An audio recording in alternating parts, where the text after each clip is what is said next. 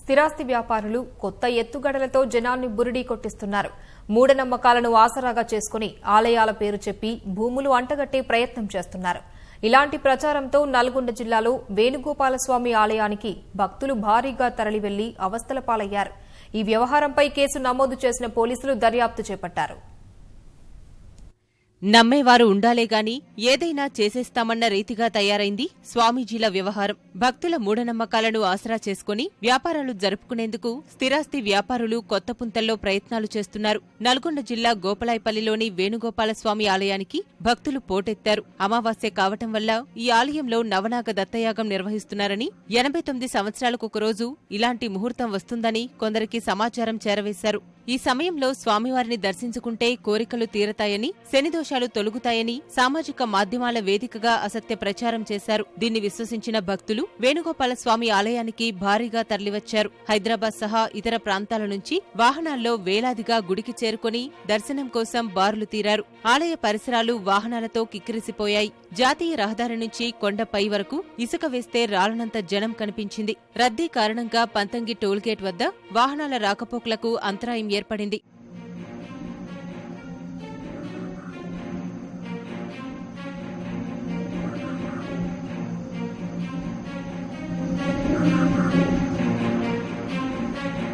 రాష్ట్ర వ్యాప్తంగా వివిధ ప్రాంతాల నుంచి భారీ సంఖ్యలో భక్తులు తరలివచ్చారు. తమ వ్యాపారం కోసం ప్రచారం చేసిన వ్యాపారులు భక్తుల సంఖ్యను అంచనా వేయలేకపోయారు. లక్షల సంఖ్యలో భక్తులు క్యూ కట్టడంతో ఆలయ ఏర్పాట్లు ఏమూలకు సరిపోలేదు. ఆలయ పరిసరాల్లో ఎలాంటి సౌకర్యాలు లేకపోవటం వల్ల తీవ్ర ఇబ్బందులు ఎదుర్కొన్నారు. ఎండకు విలవిలలాడారు. కనీసం మంచినీటి సౌకర్యం కూడా లేకపోవటం వల్ల వృద్ధులు, చిన్నారులు అవస్థలు పడ్డారు. పబ్లిక్ లేదు అంటాం చూసి మేము చెరువుగట్టు పోయేటోళ్ళం ఇక్కడ దిగాం. ఇక్కడ దిగేసి అక్కడ పోతే మొత్తం ఫుల్ పబ్లిక్ మొత్తం నూగేస్తున్నారు, అందరు పడిపోతున్నారు, కింద పడేసి ఇదవుతున్నారు. మేము ముందు నుంచే దర్శనం చేసుకుని వచ్చేస్తున్నాము. మేము చెరువుగట్టు కానీ దర్శనానికి పోతున్నాము.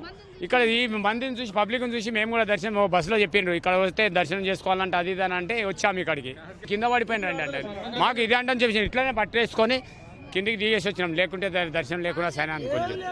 ఏం జనాలు ఏం వసతి లేదు. చెప్పిన ఆయన అసలు అందరికి వసతి పెట్టాలి. వాటర్ లేవు, ఎగ్గి లేవు. మేము చిన్నపిల్లలతో వచ్చేసినాం. అసలు ఉంటారా ఏమైనా బతికేసాలన్నట్టే ఉంది సార్. ఈ క్షణం బతి ఇంకా 100 మొత్తం అన్నట్టే ఉంది సార్. అంత మించి ఏం లేదు, దర్శనం లేదు, ఏం లేదు. అవదే దర్శనం చేసుకోవాలి, అంత పిచ్చిగా బాలే. ఆ స్వాములు ఇటువంటి స్వాములను మీరు చాలా అసలు కట్టడి చేయాలి. జనాలను దోసుకు ఆన్ చేసే తప్పితే అనిమలం కూర్చొని ఇంతమందిని బాలే, ఇది పద్ధతి బాలే. వేణుగోపాలస్వామి ఆలయంలో అనూహ్యంగా రద్దీ నెలకొనడంపై పోలీసులు దృష్టి సారించారు. దీని వెనుక స్థిరాస్తి వ్యాపారుల దురుద్దేశం ఉందని నల్గొండ జిల్లా ఎస్పీ రంగనాథ్ స్పష్టం చేశారు. ఓ స్వామి ప్రచారం వల్లే ఇదంతా జరుగుతోందని జిల్లా ఎస్పీ వెల్లడించారు. ఆర్డీఓ జగదీశ్వరరెడ్డి సైతం స్వయంగా వేణుగోపాలస్వామి ఆలయానికి చేరుకుని పరిస్థితిని పర్యవేక్షించారు.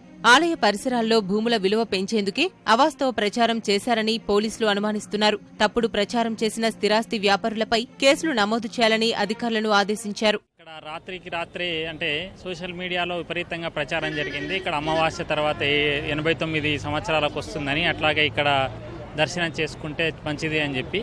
అయితే ఇక్కడ ఎవరికి అధికారులకు కూడా ఎటువంటి సమాచారం, ఎవరికి పోలీస్ వారికి కానీ అధికార యంత్రానికి కానీ ఎవరికి సమాచారం ఇవ్వకుండా ఆయనంతకు ఆయన్నే అనౌన్స్ చేయడం వల్ల ఇక్కడ ఎవరు ఊహించనంతగా భక్తులు వచ్చేశారు. ఇది పొద్దున్న నుంచి కూడా ఇక్కడ పోలీస్ శాఖ వారు, అట్లాగే రెవెన్యూ శాఖ వారు కూడా, తర్వాత ఎంపీడీఓస్ అందరూ కూడా ఇక్కడనే వచ్చేసారు. మిగతా జిల్లా అధికారులు కూడా అందరూ ఉన్నారు. పోలీస్ డిపార్ట్మెంట్ వారు మిగతా వాళ్ళందరూ వచ్చి కూడా ఇక్కడ ఏర్పాట్లు చేశారు. చేయడం వల్ల కొద్దిగా కంట్రోల్ అయింది. స్వామీజీ నుంచి మాకు ఎటువంటి ప్రభుత్వ శాఖలకి ఎవరికి కూడా సమాచారం లేకపోవడం వల్ల కొద్దిగా ఇబ్బంది ఏర్పడింది. భక్తుల అకస్మాత్తు దర్శనాలపై దృష్టి పెట్టిన పోలీసులు కేసు నమోదు చేసి నిందితుల కాల్ డేటాపై విచారణ ప్రారంభించారు.